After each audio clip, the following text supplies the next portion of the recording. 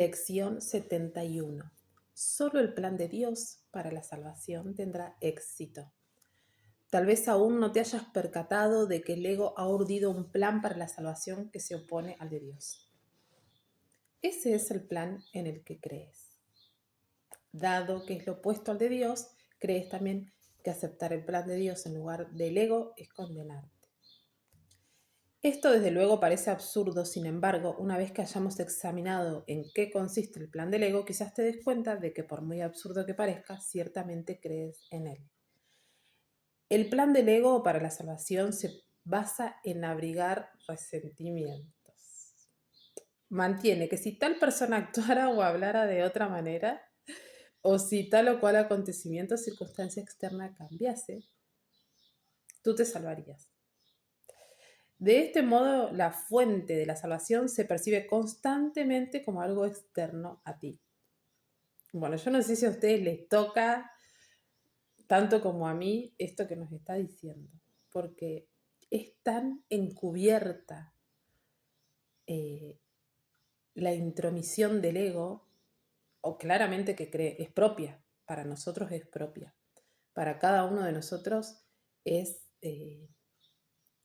ese problema de todos los días, o tal vez estamos en momentos de paz y un día aparece, es como una tentación. Yo estaba observando en mis relaciones, por ejemplo, en mi vida, en diferentes vínculos que tenemos, que nos pasa a todos, que uno, uno mantiene la paz, pero sucede algo que es como un anzuelo.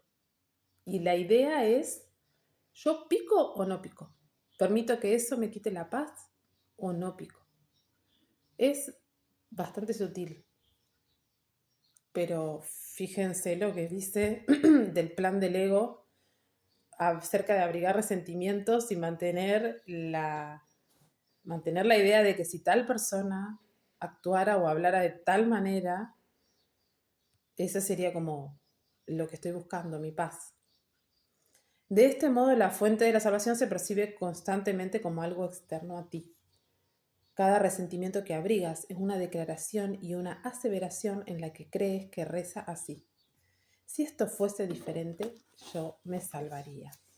Quiere decir, yo estaría en paz, yo me sentiría bien si esto sucediera. No, a eso se refiere con yo me salvaría.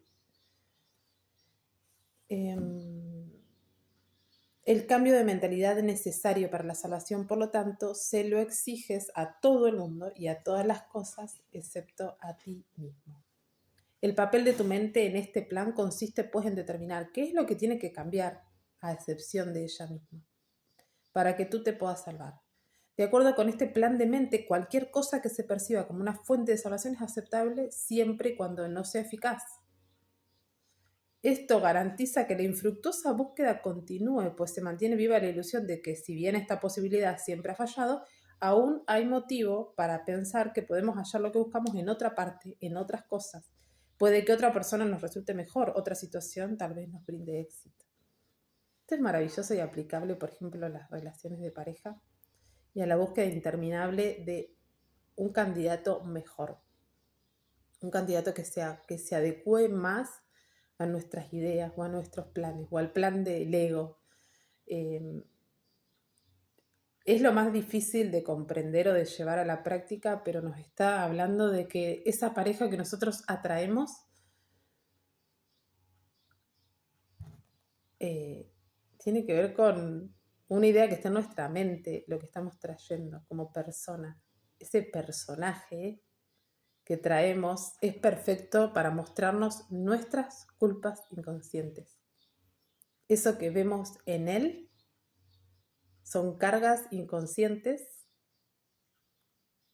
que cargamos en nuestra mente, y que hasta tanto no liberemos esas cargas de culpas inconscientes, vamos a seguir trayendo las mismas situaciones. Por eso nos pasa que tal vez descartemos a esa persona y al poco tiempo llega alguien muy parecido o tal vez un poquito diferente, porque algunas cuestiones habremos sanado o habremos trascendido, pero tiene que ver con el trabajo interior que hay que hacer en cuanto a nuestra mente. Y eso es lo más difícil, porque está todo el tiempo la voz del ego diciéndonos que vayamos en búsqueda de alguien que se adecue más a nuestros deseos. Muchas veces practico yo misma y también con las personas que hablo esto de todo esto que le estás exigiendo al otro, ponerlo en primera persona.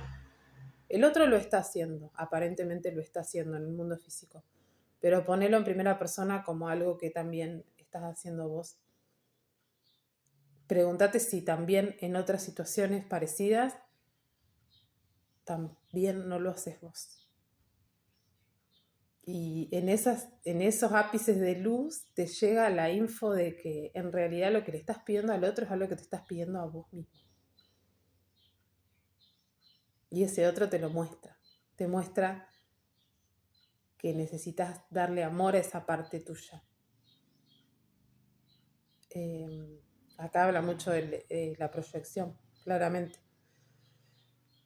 Es para seguir trabajándolo porque el ego nos engatusa, digamos, todos los días y se nos mezclan cuestiones de cómo afrontar esta situación, de cómo liberar estos patrones, de cómo me traigo toda esta info que veo en el afuera y la abordo en mi mente. ¿Qué me está mostrando a mí que todavía no liberé en mi mente? Tal es el plan del ego para tu salvación. Seguramente habrás notado que está completamente de acuerdo con la doctrina básica del ego que reza así: busca pero no halles. Pues, ¿qué mejor garantía puede haber de que no hallarás la salvación que canalizar todos tus esfuerzos en buscarla donde no está?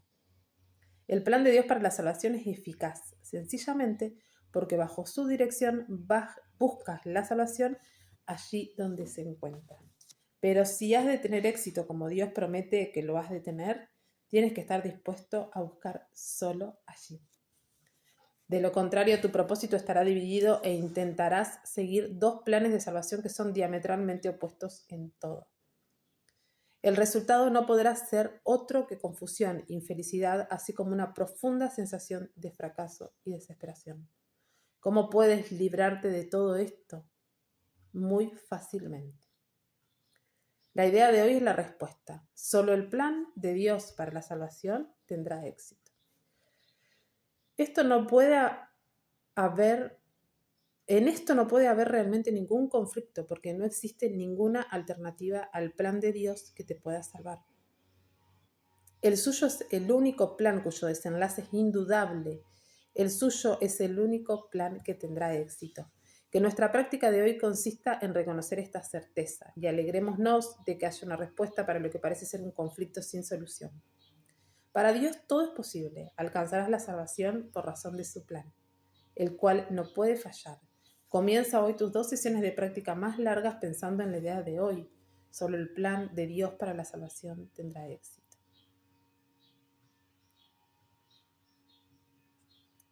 Ay, me perdí. Pero el plan de Dios para tu salvación tendrá éxito, pero otros planes no. No permitas que la segunda parte...